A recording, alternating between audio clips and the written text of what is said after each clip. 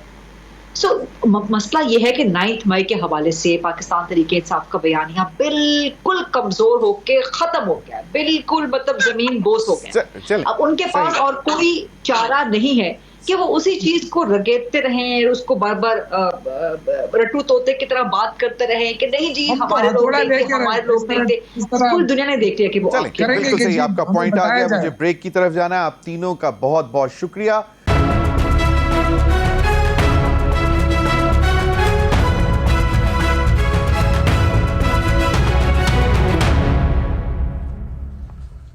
Welcome back ناظرین. India اور افغانستان میں بڑھتی قربتیں, اور ابھی 8 جنوری کو دبئی میں ملاقات ہوئی.